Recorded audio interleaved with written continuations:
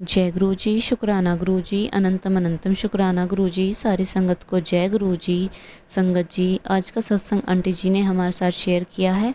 अगर सत्संग शेयर करने में कोई भी गलती हो जाए तो माफ़ करना, और सत्संग पसंद आए तो वीडियो को लाइक करके चैनल को सब्सक्राइब करना, और सत्संग को ज़्यादा से ज़्यादा लोगों तक शेयर करना, ताकि गुरु जी की ब्लेसिंग सबको मिल सके। और आप भी अपना सत्संग शेयर करना चाहते हैं तो डिस्क्रिप्शन बॉक्स में नंबर और ईमेल आईडी दिए हुए हैं, आप वहां से कर सकते हैं। आइए सत्संग की शुरुआत करते हैं। नमस्ते संगत जी। ओम नमः शिवाय। शिव जी सदा सहाय। ओम नमः शिवाय। गुरु जी सदा सहाय। मैं मीनल संगत कुल्लू मनाली से बोल रही हूँ। ये मेरा शुक्राना सत्संग है। तो मैं आपसे अपना एक्सपीरियंस शेयर करना चाहती हूँ कि गुरु जी के आने के बाद मेरी ज़िंदगी में, गुरु जी के आने के बाद मुझे क्या क्या दिख रहा है, क्या क्या फील हो रहा है, और मेरी लाइफ कैसे बेटर होती जा रही है। कुछ दिनों पहले गुरुजी ने सत्संग भेजा था कि मुझे बीमारियां लग सकती हैं। वैसा ही एक हमारे एस्ट्रोलॉजर, फैमिली एस्ट्रोलॉजर ने भी कहा कि इसे इस साल बीमारियां लग सकती हैं। तो मैंने जिम ज्वाइन कर लिया, क्योंकि मुझे सत्संग आया था कि एक्सरसाइज करने से ठीक हो जाएगा। तो मैंने जिम ज्वाइन कर लिया। तो उस दिन भी जब मैं जिम के लिए जा रही थी, मुझे एक बहुत सुंदर सी मोर के पंखों जैसी, मोर के पंख के रंगों जैसी बटरफ्लाई मिली, बड़ी सी। और वो जब मैं जिम जा रही थी तो रास्ते में आगे पीछे मेरे मंडराने लगी, मेरे गोल गोल चक्कर काटने लगी। और वो फिर पानी बरसा था तो बरसे रुके हुए पानी पर बैठ गई, और ऐसा लग रहा था जैसे वो पानी पी रही है। मैं बड़ी खुश हुई कि मेरा ये डिसीज़न अच्छा है कि मैंने जिम ज्वाइन कर लिया है।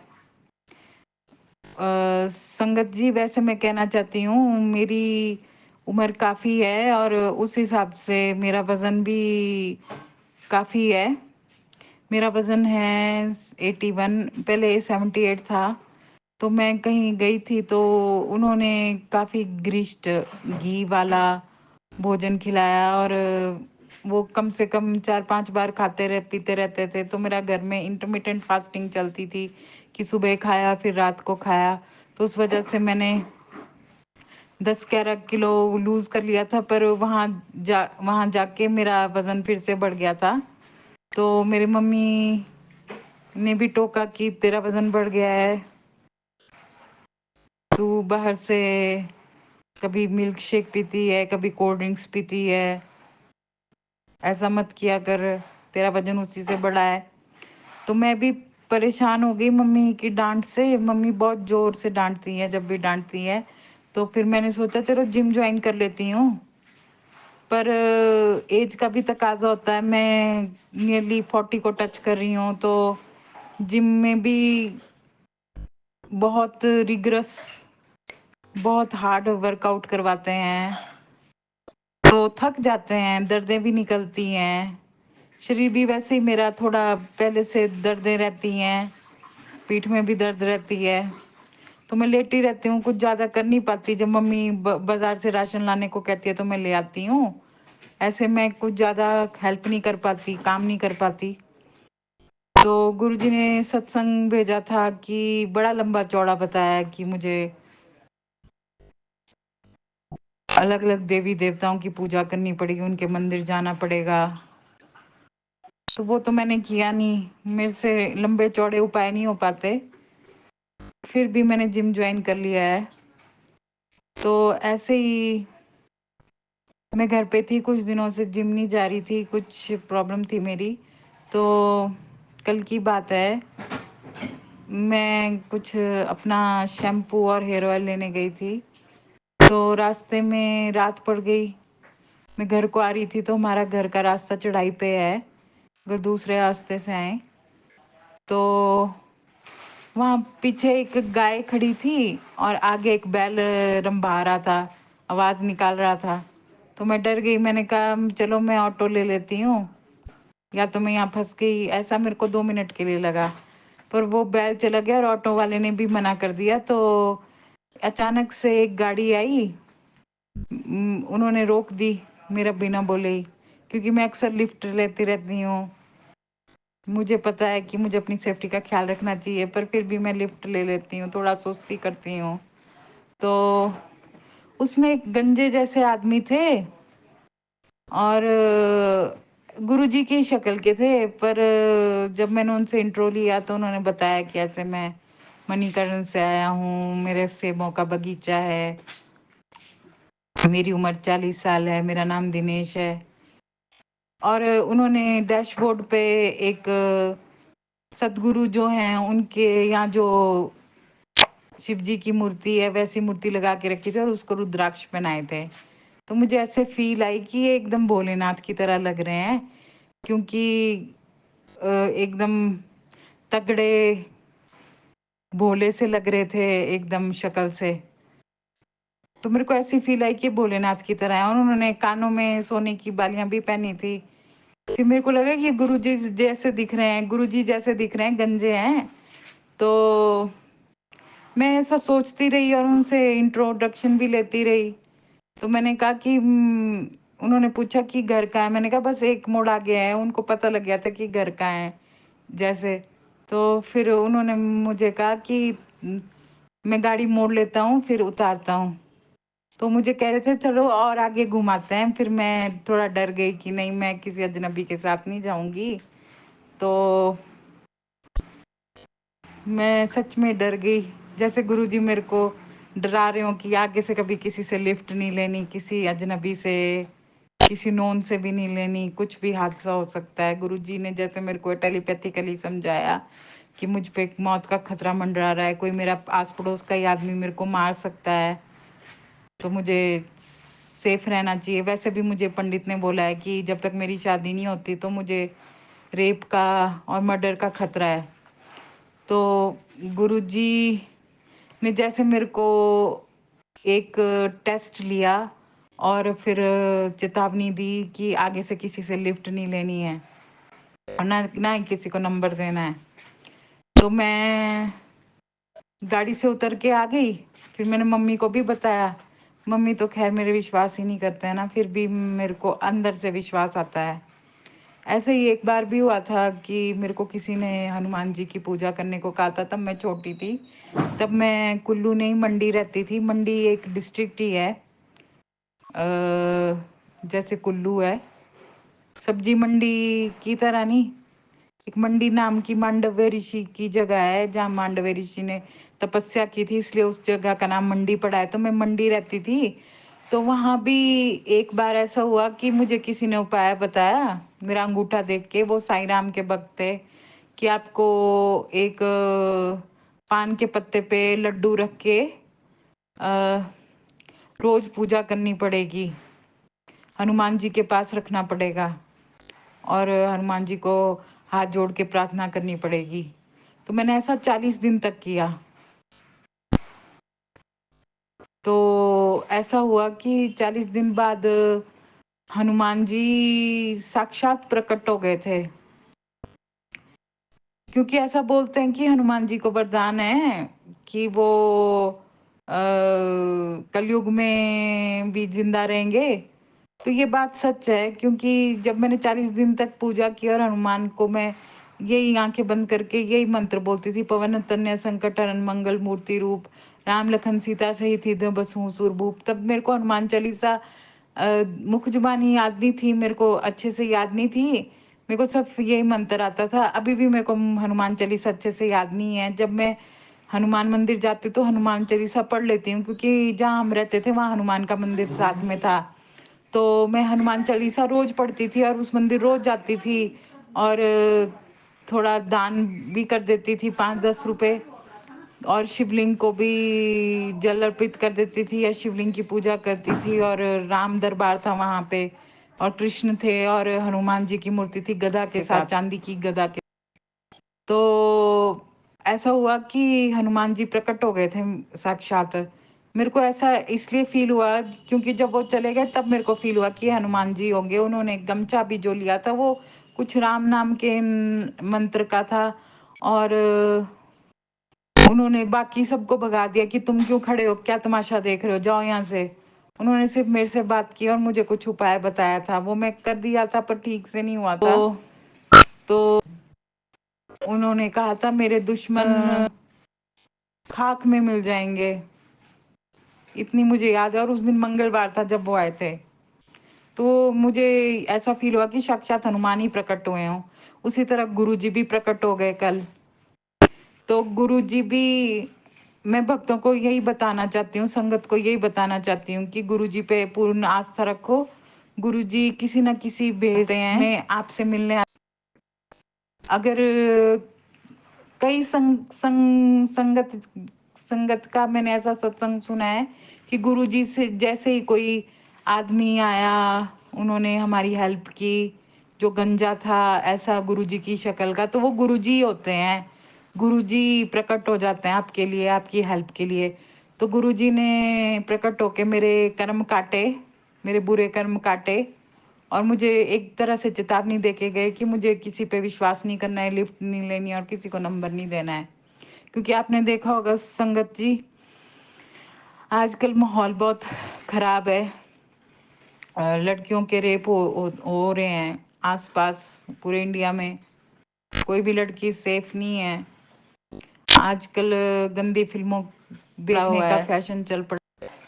और इंडिया का माहौल तो ऐसा ही है कि यहाँ शादी से पहले लड़का लड़की अगर बात भी कर लें तो उसे बुरा माना जाता है, या लड़का शर्म के मारी बात नहीं कर पाता, या लड़की बात नहीं कर पाती, या उनको समाज की शर्म होती है। अगर कुछ उनके बीच में अगर चल भी रहा हो तो उसे गलत नजर से देखा जाता है। तो कई बार तो कुछ लड़के शर्म से ही मर जाते हैं, या कुछ लड़के अगर ज्यादा ही बंदिश भी हो तो कुछ लड़के क्या कहते, जिनको पता नहीं होता, जिनको लड़कियों की रिस्पेक्ट करना नहीं सिखाया होता, वो गलत रास्ते पे चल पड़ते हैं, फिर रेप जैसी हरकत कर देते। इसलिए मेरे ख्याल से, मैं टीचर की ट्रेनिंग की है, तो मेरे ख्याल से बच्चों को 13 साल की उम्र में लड़कियों का नॉलेज दे देनी चाहिए लड़कों को, और लड़कों और लड़कियों को लड़कों की नॉलेज दे देनी चाहिए कि गुड टच बैड टच क्या होता है, उनके अंगों के बारे में, कि वो भटके ना, कि कोई भी लड़की आपकी बहन जैसी है उसकी रिस्पेक्ट करो। अगर आपकी कोई दोस्त भी है तो उसको अपनी बहन और माँ की तरह रिस्पेक्ट करो। ऐसा कोई नहीं सिखाता, थॉरोली कोई नहीं सिखाता। सब शर्म करते हैं कि हम अपनी माँ से क्यों बताएं, हम अपने पापा से क्यों बताएं। जबकि मेरी मम्मी और जबकि मैं अपनी मम्मी से सब कुछ शेयर करती हूँ, मेरी दोस्त जैसी हैं। तो हमारे इंडियन समाज में जैसे लड़कियों को पीरियड्स भी आते हैं तो बहुत हवा बनाया जाता है। ऐसा हवा नहीं बनाना चाहिए। शॉर्ट फिल्म्स भी बनी हैं, अगर आप यूट्यूब सर्च करेंगे तो किसी भी टॉपिक के लेकर शॉर्ट फिल्म्स बनी है। पीरियड्स पे शॉर्ट फिल्म्स बनी है, मोटापे पे शॉर्ट फिल्म्स बनी है, कोई सुंदर नहीं है तो उस पे शॉर्ट फिल्म्स बनी है, कोई काला है, या इंडियन समाज में काले गोरे देखे जाते हैं, छोटी बड़ी हाइट देखी जाती है, मोटा पतला देखा जाता है, या उसने शादी से पहले कर लिया है कि नहीं, उससे कुछ गलत, उसके साथ कोई गलत हादसा हो गया तो उसको भी जज किया जाता है। तो ऐसी छोटी सोच हमें बदलनी पड़ेगी अगर हमें और देशों के साथ डेवलप होना है। नहीं तो हर चीज का टैबू बना दिया जाता है। यहाँ इंडिया में बहुत चीजों का टैबू है। अभी भी हमारी इंडिया की जनता वही रूढ़िवादी सोच की है, आज से 100 साल पीछे चल रही है। तो मैं यही कहना चाहूंगी संगत जी, हम जिस तरह से पढ़ाई कर रहे हैं, आगे बढ़ रहे हैं, तो हमारी सोच में भी डेवलपमेंट होनी चाहिए, थोड़ा मॉडर्निटी आनी चाहिए। अपने बच्चों को इतना भी छूट मत दो कि वो बिगड़ जाएं, और इतना कस के भी नहीं रखो कि अगर उनको थोड़ी सी भी छूट मिले तो वो पूरे ही हवा में उड़ने लग जाएं। समझदारी से समझाना होता है दोस्त बन के। तो ठीक है संगत जी, मैं 2 दिन से काफी बिजी थी क्योंकि मैं आजकल जिम जा रही हूँ, मैंने जिम ज्वाइन कर लिया है। क्योंकि गुरुजी का एक सत्संग आया था जिसमें कहा था कि किसी का ऑपरेशन होने वाला है उनके ही हॉस्पिटल में, तो कोई दिखाने आया था कि हमें ऑपरेशन लिखा है। तो उन्होंने गुरुजी के डॉक्टर्स ने कहा कि ऑपरेशन की ज़रूरत नहीं है, बिना ऑपरेशन के ही ठीक हो जाएगा, बस आपको एक्सरसाइज करनी है। तो मेरी मम्मी एस्ट्रोलॉजर्स को बहुत मानती हैं, तो एस्ट्रोलॉजर ने कहा कि इस साल में मुझे बीमारियां लग सकती हैं। तो मैं विजिलेंट हो गई, मैं सचेत हो गई कि हाँ मुझे अपने शरीर के लिए कुछ करना चाहिए। मैं काफ़ी दिनों से जंक फूड ज़्यादा खा रही थी, जंक फूड भी नहीं, कोल्ड ड्रिंक्स वगैरह ज़्यादा पी रही थी, और पता नहीं क्या हुआ कि मेरा वेट बढ़ गया। शायद मैं कुछ ज़्यादा दुख, चिंता, परेशानी, स्ट्रेस था, इसी वजह से बढ़ गया। क्योंकि मैं जिस लड़के से बात करती हूँ, और टैरोट में भी आया, टैरो में भी आया कि आपका वेट आपके रिश्ते की वजह से बढ़ रहा है, क्योंकि वो मेरे को अटेंशन नहीं देता, छोड़ के चला जाता है, बात भी ठीक से नहीं करता। तो वो रिश्ता मेरे लिए एक तरह का बोझ ही बन गया है। मैं उस रिश्ते को आगे नहीं बढ़ाना चाहती, फिर भी कोई ना कोई टैरो से मैसेज आ जाता है कि इस रिश्ते को गिव अप मत करिए। तो मैं गुरुजी से ही डायरेक्शन चाहती हूँ कि मुझे या रिश्ता या तो छुड़वा दे या कोई और कोई लड़का मिलवा दे। और मैं ये और कहना चाहती हूँ, मैंने जिम ज्वाइन कर लिया, ये भी गुरुजी की कृपा हुई। जब मैं जिम जाने के लिए पहले दिन सड़क पे चल रही थी, फिर मैं बस लेती हूँ, तो जब मैं सड़क पे अभी अपने घर के पास ही थी, तो मुझे एक पीकॉक ब्लू कलर की बहुत सुंदर बड़ी सी बटरफ्लाई दिखी। तो वो मेरे आगे पीछे ही मंडरा रही थी, और जहाँ पानी जमा था शायद वो पानी पी रही थी, क्योंकि वो बार बार जमीन पे बैठ रही थी, वहाँ थोड़ा पानी जमा था। तो वो गुरुजी ने मुझे ब्लेस किया कि मैं ठीक कर रही हूँ। तो मैंने जिम स्टार्ट कर लिया है, जिससे मुझे बड़ी एज का होके भी थोड़ा बीमारियों से बचकर चलूंगी। तो गुरुजी ने तो ये कष्ट थोड़े में ही काट लिया। मुझे ऐसे मैसेज भी आ रहे थे कि तुझे बड़ी बीमारी से बचाया है, कैंसर से बचाया है, तो हो सकता था कि मुझे कैंसर हो जाता। तो गुरुजी मेरी हर छोटी बड़ी चीज का ख्याल रखते हैं। तो मैं आज जिम का मेरा दूसरा दिन था। जिम में बड़ी मेहनत करवाते हैं, थोड़ा मुश्किल होता है कोप अप करना, फिर भी मैं कर रही हूँ। और मैं यही कहना चाहूंगी कि गुरु जी के सत्संग को इग्नोर मत कीजिए। गुरु जी का एक मैसेज आ रहा था कि कुड़िए तेरे घर में एक लाल पोटली पड़ी है और लाल धागे पड़े हैं। तो वो लाल पोटली तो मुझे कल ही दिखी, 2 दिन से मैसेज आ रहा था, पर मैं समझ नहीं पा रही थी कि लाल पोटली कौन सी है। तो मम्मी ने एक बड़े से लाल लिफाफे में, जो कॉटन बैग्स होते हैं आजकल, पॉलीथीन के बैग्स नहीं चलते तो कॉटन बैग्स चलते हैं, तो रेड कलर के कॉटन बैग में मेरे जब शादी हुई थी तो पिछली शादी से कटलरी सेट रखा हुआ था, तो गुरुजी उसको निकालने को कह रहे थे। तो मेरी मम्मी ने मना कर दिया। मैं फिर गुरुजी ने कहा चल कोई बात नहीं, इस पे जल प्रसाद छिड़क ले, ये ठीक हो जाएगा, ये शुद्ध हो जाएगा। तो मैंने उस पे जल प्रसाद छिड़का और अलमारी में रख लिया। पर मेरे पास अभी भी एक लाल धागा है जो मुझे मंदिर से मिला, तो गुरुजी उसके लिए मना करते हैं, तो मैं वो लाल धागा भी निकाल दूंगी। और गुरुजी बोलते हैं कि मेरी गवर्नमेंट जॉब लग जाएगी, क्योंकि मैंने गवर्नमेंट जॉब के लिए तैयारी की थी, पेपर दिया था, मैं शिमला गई थी पेपर देने। तो मेरे को ऐसा हुआ कि मेरी 3 जगह 7 नंबर दिखे। एक तो मेरे रोल नंबर में भी 7 था, और मेरी बुक सीरीज का नंबर जो था वो भी 7 था, उसमें भी 7 था, और पता नहीं कुछ टोटल भी 7 नंबर आ रहा था, कुछ एग्जाम से रिलेटेड था। तो गुरुजी तो साक्षात मेरे पास पहुंच गए, उन्होंने मेरा पेपर भी दिलवाया और गुरुजी बोलते हैं कि मेरी गवर्नमेंट जॉब लग जाएगी।